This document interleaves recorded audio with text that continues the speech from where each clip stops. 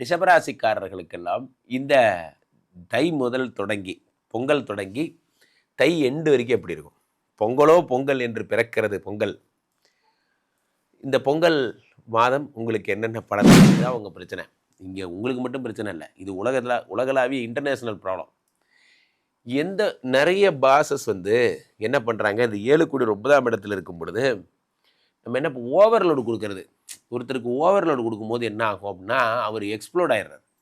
இந்த ரிஷபராசிக்காரர்கள் உங்களை நீங்கள் பொதுவாக ஒரு டார்கெட் வச்சு நீ மார்ச் மந்த்துக்குள்ளே அச்சீவ் பண்ணு, ஜனவரி மந்த்துக்குள்ளே அச்சீவ் பண்ணுன்னு சொன்னால் நீங்கள் அது போன்ற விஷயங்கள் சந்தையை சில பேர் இந்த காசெல்லாம் மாற்றி தருவீங்க. For example foreign exchange, dollar மதிப்பு இப்போ வெளிநாட்டிலேருந்து கொண்டு வராங்க, அந்த காசை நான் இந்திய காசாக மாற்றி தருவேன்.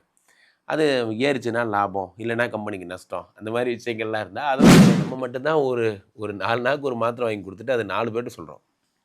இது தப்பு, அசிங்கம். இது அப்படிலாம் பண்ணாதீங்க. ரிஷபராசிக்காரர்கள் 9ஆம் இடத்துல இத்தனை பேர் இருக்கும் பொழுது அப்பாவின் பெருமையை உணர்ந்து கொள்ளுங்கள். என்னோட பதிவுகள் எப்பயுமே தொடர்ந்து பார்த்தீங்கன்னா, நான் உங்களுக்கு சொல்கிறதெல்லாம் எப்படி இருக்குன்னா, உங்களுக்கு நல்லதை மட்டுமே சொல்லித்தர ஃபேமிலி முக்கியம், கெட்ட பழக்கங்களை விட்டுருங்க.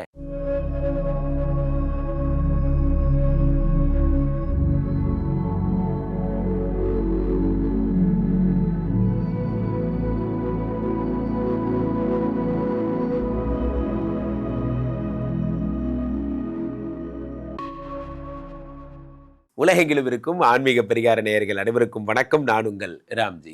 ரிஷபராசிக்காரர்களுக்கெல்லாம் இந்த தை முதல் தொடங்கி பொங்கல் தொடங்கி தை எண்டு வரைக்கும் எப்படி இருக்கும்? பொங்கலோ பொங்கல் என்று பிறக்கிறது பொங்கல். இந்த பொங்கல் மாதம் உங்களுக்கு என்னென்ன பலன்களை தரும்? பொங்கல் மாதமே பிரிச்சிட்டிங்களா? ஆமாம். காரணம் என்னென்னா, தை மாதம் பொங்கல்லேருந்து தொடங்குது. அன்றிலிருந்து நீங்கள் இந்த மகர சங்கராந்தி வந்தாலும் மகரத்தில் எல்லாரும் போய் உட்காந்துட்டாங்க. ஆமாம், மகரத்தில் உட்காந்தா எனக்கு என்ன சார்? உங்களுக்கு என்னென்னா, உங்களுக்கு அது பாக்கியஸ்தானங்க. 9ஆம் இடமாகப்பட்ட அதிர்ஷ்டம். ஒரு மனிதன் அதிர்ஷ்டக்காரனாக இருக்கலாம், ஆனால் இவ்வளோ அதிர்ஷ்டக்காரனாக இருக்கக்கூடாது. 9ஆம் இடத்துல யார் யாரெல்லாம் இருக்காங்க அப்படி பேர் எழுதிக்கோங்க, வரிசையாக எழுதிக்கோங்க. 7 செவ்வாய் பகவான் 9ஆம் இடத்திலே. நண்பர்களே, ஜோதிட சாஸ்திரம் சொல்லுகிறது, 7 குடையவன் 9ஆம் இடத்தில் இருந்தால், 7 குடையவன் 9ஆம் இடத்தில் இருந்தால் அது கோபுர கலச யோகம். என்ன யோகம்? கோபுர கலச யோகம். இந்த கோபுர கலச யோகம்னா என்ன அப்படின்னா, நம்ம அண்ணாந்து பார்க்குற ஒரு கோபுரத்தை எப்படி பார்ப்பீங்க? அண்ணாந்து பார்க்குறீங்க. அப்படி கோபுரத்தின் மீது இருக்கும் கலசத்தை போல மக்கள் உங்களை கொண்டாடுவார்கள் என்று சொல்லுகிறது. 7 குடையவன் 9ஆம் இடத்தில் இருக்கும் பொழுது அப்போது என்ன பண்ணணும் அப்படின்னா, பொது வாழ்க்கையில் இருக்கிறவங்க, ஒரு கம்பெனியில் ஒரு பெரிய பதவியில் இருக்கிறவங்க, என் கம்பெனியில் எனக்கு ஒரு ரெகக்னேஷனே இல்லை சார், நான் என் வேலையை தவிர நான் மற்ற எல்லா வேலையும் பார்க்குறேன் சார். ஆக்சுவலாக நான் இந்த கம்பெனியில் சீனியர் இன்ஜினியராக இருக்கேன் சார், சேஃப்டி கோஆர்டினேட்டர் நான் தான் சார், ஐஎஸ்ஓ கோஆர்டினேட்டர் நான் தான் சார், இவனுங்களுக்கு எதெல்லாம் வேலை இல்லையோ அதெல்லாம் எனக்கு கோஆர்டினேட்டராக போட்டு விட்டுறானுங்க சார். நான் இதுக்கெல்லாம் மேன் பவர் தனித்தனியாக இருந்தால் செலவாகுன்ட்டு என் பிரெயினையே 2 3 4 யூஸ் பண்ணுறானுங்க சார். இப்போ சொல்லுங்கள் சார், நான் எவ்வளோ பாவம். ஆனால் ஒரு நாள் கூட நான் நல்லா இருக்கேன், சூப்பர் பிரமாதம், காயம் நீ சூப்பராக பிரமாதமாக பண்ணியிருக்க அப்படி சொல்லி பாராட்ட மாட்டேங்கிறாங்க சார். இதுதான் உங்கள் பிரச்சனை. இங்கே உங்களுக்கு மட்டும் பிரச்சனை இல்லை, இது உலகளாவிய இன்டர்நேஷ்னல் ப்ராப்ளம். எந்த நிறைய பாசஸ் என்ன பண்ணுறாங்க, இந்த 7 கோடி 9ஆம் இடத்துல இருக்கும் பொழுது நம்ம என்ன ஓவர்லோடு கொடுக்கறது. ஒருத்தருக்கு ஓவர்லோடு கொடுக்கும்போது என்ன ஆகும் அப்படின்னா, அவர் எக்ஸ்ப்ளோர்ட் ஆயிடுறார். இந்த ரிஷபராசிக்காரர்கள் உங்களை நீங்கள் பொதுவாக ஒரு டார்கெட் வச்சு நீ மார்ச் மந்த்துக்குள்ளே அச்சீவ் பண்ணு, ஜனவரி மந்த்துக்குள்ளே அச்சீவ் பண்ணுன்னு சொன்னால் நீங்கள் பண்ணுவீங்க. இந்த 7 கோடி 9ஆம் இடத்திற்கு வரும் பொழுது நீங்கள் என்ன பண்ணுறீங்க, தொடர்ந்து உங்களுடைய டார்கெட்ஸ் அச்சீவ் பண்ண முடியாமல் இருக்குது, ஓவர்லோட்னால தடுமாறுறீங்க. இதுதான் உங்கள் பெரிய ப்ராப்ளம். அப்போது இனிமேல் அந்த தடுமாற்றம் இருக்காது. உங்களுக்கு ஒரு லிவரேஜ் கிடைக்கும், உங்களுக்கு ஒரு ஸ்பேஸ் கிடைக்கும். நீங்கள் அடுத்து நீங்கள் ஒர்க் பண்ணுறதுக்கு, ஒரு ப்ராஜெக்டாக இம்ப்ளிமெண்ட் பண்ணுறதுக்கு ஒரு ஸ்பேஸ் கிடைக்கும். இதெல்லாம் நீங்கள் பண்ணுவீங்க.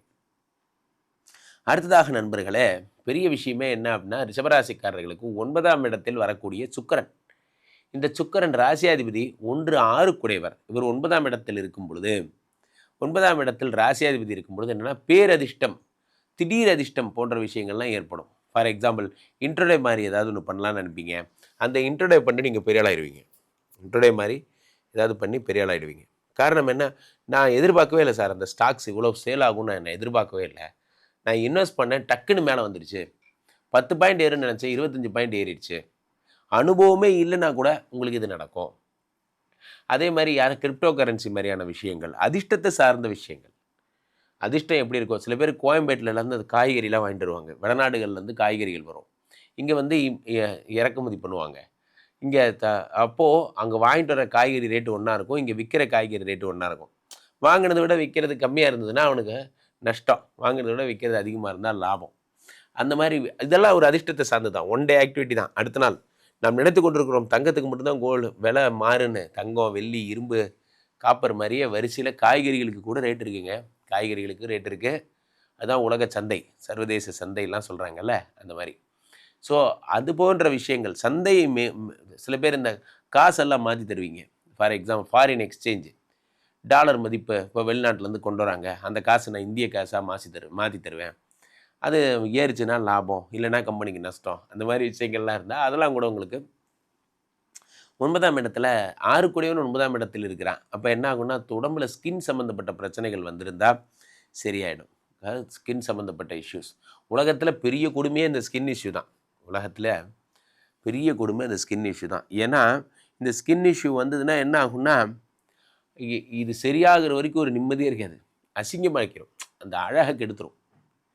நண்பர்களே, இந்த ஸ்கின் இஷ்யூ தரக்கூடிய முதல் ஆளாக இந்த சுக்கிரன் அறியப்படுகிறார். அவர் 9ஆம் இடத்துக்கு வந்த உடனே ஸ்கின் இஷ்யூ சரி பண்ணிடுறார். அடுத்ததாக உங்களுக்கு ராசினா சுக்கிரன் 9ஆம் இடத்துக்கு வந்ததை தொடர்ந்து 9ஆம் இடத்துல இத்தனை பேர் இருக்கிறதால உங்கள் அப்பாவுடைய உடல்நிலை ரொம்ப நல்லாயிருக்கும். அப்பாவுடைய உடல்நிலை ரொம்ப நாளாக ஹாஸ்பிட்டலில் படுத்திருக்காரு. சார், எங்கள் அப்பாவை பார்த்துக்கிறதே எனக்கு ஒரு பெரிய வேலையாக இருக்குது. அவருக்கு நான் வந்து மாதம் ஆனால் இவ்வளோ செலவு பண்ணுறேன், அவ்வளோ செலவு பண்ணுறேன். தயவுசெய்து நண்பர்களே, என்னிடம் வரும் கிளைண்ட்ஸ் கூட நிறைய பேர் சொல்கிறாங்க, எங்கள் அப்பாவை நான் எப்படி பார்த்துக்கிட்டேன் தெரியுமா சார், எப்படி பார்த்துக்கிட்டேன் தெரியுமா என்றெல்லாம் சொல்லுகிறார்கள். நீங்கள் அப்படி பார்த்துக்கணும், அது உங்கள் வேலை. It is your duty to do. இதில் மாற்று கருத்து எதுவும் இல்லை, இதில் பெருமை கொள்ள ஒன்றும் இல்லை. உங்கள் அப்பா ஒன்று நான் எப்படிலாம் ஸ்கூலில் சேர்த்துனேன் தெரியுமான்னு ஒரு நாளும் சொன்னதில்லை. நம்ம மட்டும்தான் ஒரு 4 நாளுக்கு ஒரு மாத்திரை வாங்கி கொடுத்துட்டு அது 4 பேர்ட்டு சொல்கிறோம். இது தப்பு, அசிங்கம். இது அப்படிலாம் பண்ணாதீங்க. ரிஷபராசிக்காரர்கள் 9ஆம் இடத்துல இத்தனை பேர் இருக்கும் பொழுது அப்பாவின் பெருமையை உணர்ந்து கொள்ளுங்கள். என்னோடய பதிவுகள் எப்பயுமே தொடர்ந்து பார்த்தீங்கன்னா நான் உங்களுக்கு சொல்கிறதெல்லாம் எப்படி இருக்குன்னா, உங்களுக்கு நல்லதை மட்டுமே சொல்லித்தர. ஃபேமிலி முக்கியம், கெட்ட பழக்கங்களை விட்டுருங்க, இப்படி சொல்கிறவனா இருக்கும். அதனால் அப்பாவை ரொம்ப மதிக்கணும். அப்பா தான் ரொம்ப முக்கியம். 9ஆம் இடத்துல இத்தனை பேர் இருக்கும் பொழுது உங்களுக்கு அந்த சிந்தனை வரும். எங்கேயாவது தூரத்தில் உங்கள் அப்பா இருக்காரு, நம்ம இருக்கிறது அமெரிக்கா ஃப்ளோரிடா மாநிலத்தில், இங்கேருந்து நம்ம அப்பா கும்பகோணத்தில் இருக்கார், எங்கே போய் பார்க்குறது? பெரிய விஷயம்லாம் ஒன்றும் கிடையாது. ஒரு ஃப்ளைட்டை பிடிச்சிங்கன்னா 2 நாளில் போயிடலாம். ஓடி போய் அப்பாவை பார்த்து ஒரு ஐ லவ் யூ சொல்லிட்டு வாங்க. இல்லை உங்கள் அப்பா உங்களுக்காக காத்திருக்கார், அதை புரிந்து கொள்ளுங்கள். அதனால் அடுத்ததாக இந்த ராகு பகவானுடைய ரியல் விளையாட்டை இப்போ தான் பார்ப்பீங்க. இந்த 10ஆம் இடத்து ராகு ஏற்கனவே 9ஆம் இடத்துல இத்தனை பேர் சேர்ந்து இனிஷியேட் பண்ணி ஒரு உலகத்தை உருவாக்குறதுக்கு விதைகள்லாம் போட்டாங்க.